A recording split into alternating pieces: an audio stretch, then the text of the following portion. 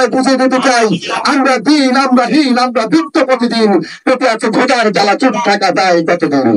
ভোটের সময় বিনয় পক্ষে অন্য দেবে, বস্ত্র দেবে, দেবে ভিটামিন, ধারে ভাষণ দিতে আসেন তারা প্রতিদিন।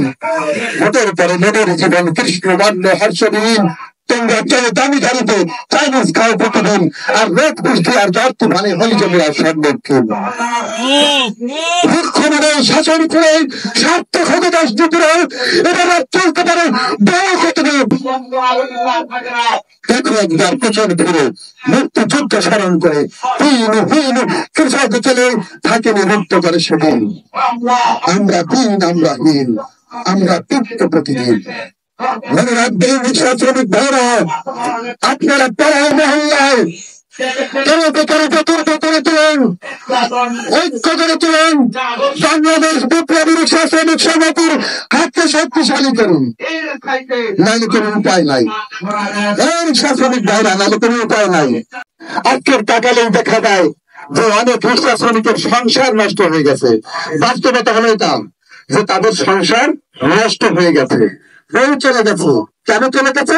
রিক্সা শ্রমিক তার সংসার চালাইতে পারে না, কতদিন আর কষ্ট করবে। ছেলে সন্তান তারা দুর্ভিক্ষের মুখে চলে গেছে, বাচ্চা কাচ্চা গুলো এদিক সেদিক চলে গেছে। রিক্সা শ্রমিকদের জীবনটা একদম এলোমেলো হয়ে যাচ্ছে।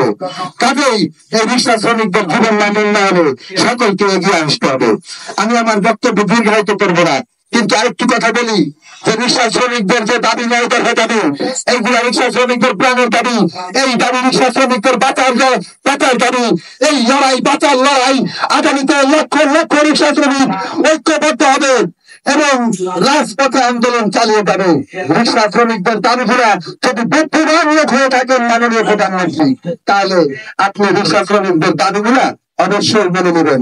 আর নাহলে কি যে পরিস্থিতি হবে সেটা আপনি কল্পনাও করতে পারবেন না, আপনার কল্পনার বাইরে চলে যাবে এরকম একটা পরিস্থিতি হবে।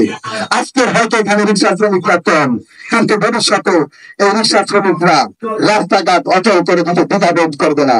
এই রিক্সা শ্রমিকরা রক্ত দিতে দ্বিধাবোধ করবে না। এই রিক্সা শ্রমিকরা জীবন দিতে দ্বিধাবোধ করবে না।